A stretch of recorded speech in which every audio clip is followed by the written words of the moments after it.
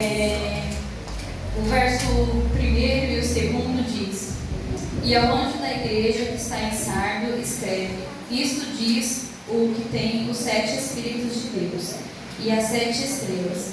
Eu sei as tuas obras, que tem nomes de que vives e está morto. Sê vigilante e confirma os restantes que estavam para morrer, porque não achei as tuas obras perfeitas diante de Deus. A cidade de Sardes era uma cidade bem edificada naturalmente, porque ao redor dela tinha muitas montanhas, e ela era rica comercialmente, né? Ela comerciava moedas de ouro, e por ela ter essa fortaleza natural, né? Essas montanhas ao seu redor, por vezes ela se sentia até que não podia ser invadida, mas durante alguns momentos de guerra ela chegou a ser invadida 2 vezes. E aqui o Senhor ele se apresenta a essa igreja como o Senhor, dizendo que Ele é aquele que tem os 7 Espíritos de Deus e as 7 estrelas.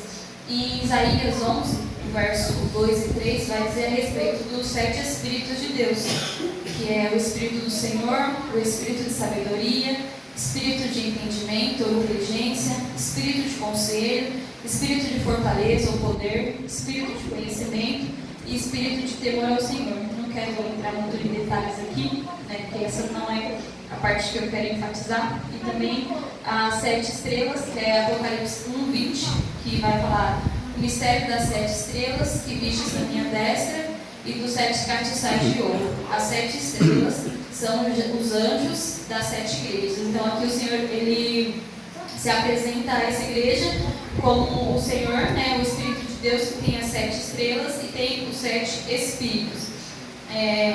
Após a sua saudação inicial aqui para essa igreja, o Senhor ele identificou o problema da igreja de Sardes, né, que ele fala: conheço as tuas obras, que tem nome que vives e está morto. Então a gente consegue ver que é uma igreja que tem obras, mas que essa obra não é perfeita diante de Deus. Emily, abre para mim Colossenses 3:23.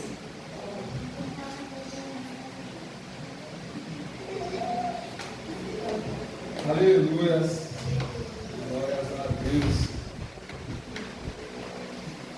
Aleluia, glória a Deus. Aleluia, Jesus, você pode tomar. Colossenses 3:23. E tudo quanto fizerdes, fazei de todo o coração, como ao Senhor e não aos homens.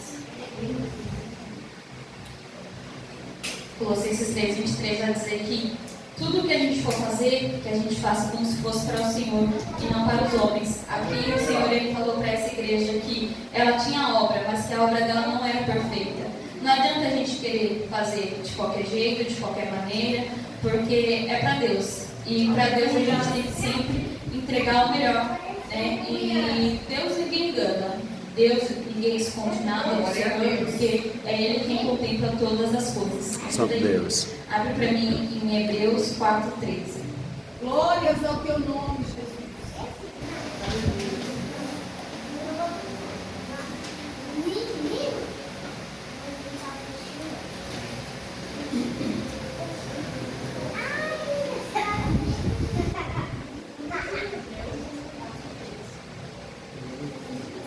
Aleluia, glória a Deus. E não há criatura alguma encoberta diante dele. Antes, todas as coisas estão nuas e patentes aos olhos daquele com quem temos de tratar. Glória a Deus. Em Hebreus, que a Emília acabou de dizer, vai dizer que diante do Senhor todas as coisas estão nuas e que é com o Senhor que a gente vai ter que tratar naquele grande dia. E aqui para essa igreja o Senhor está dizendo que ela tem nome que vive e está morta. E por vezes, não vou dizer aqui, né, mas vivemos uma vida de aparência, né? Mas aqui o Senhor está dizendo que de Deus ninguém se esconde nada, que naquele grande dia a gente vai aparecer para o Senhor e todas as nossas coisas vão estar ali de frente para o Senhor. Então não adianta querer viver uma vida de aparência, né? Porque de Deus ninguém esconde nada. Eu lembro esse capítulo aqui, me fez lembrar que Jesus, ele assemelhou os escribas e os fariseus como sepulcros caiados, que por fora eram formosos, mas o seu interior era morto. Do que adianta a gente parecer vivo diante dos homens, se naquele grande dia só irá subir quem estiver vivo diante de Deus?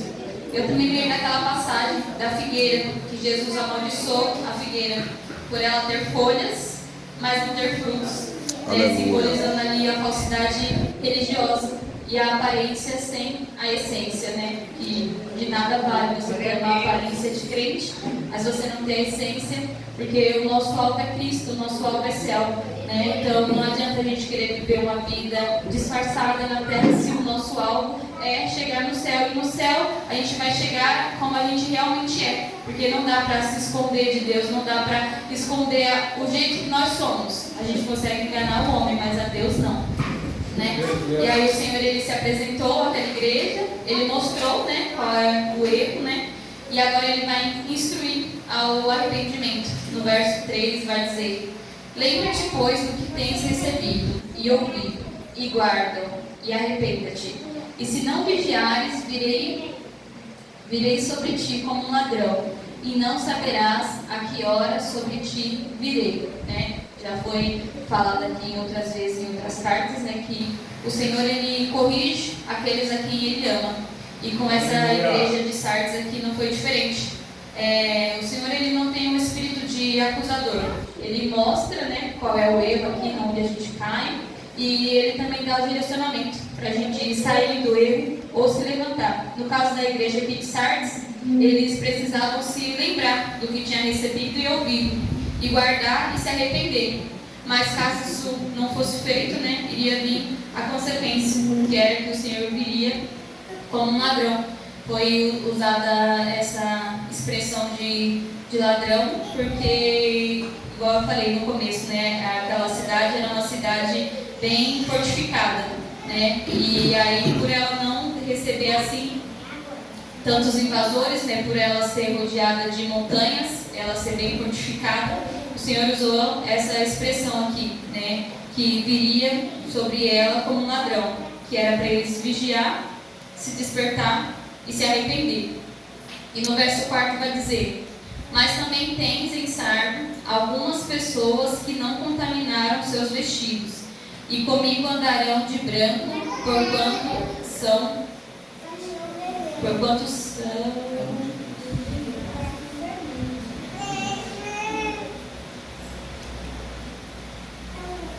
são dignas disso, né? O Senhor, ele é justo e ele conhece a todos, inclusive os remanescentes aqui da cidade de Sardes.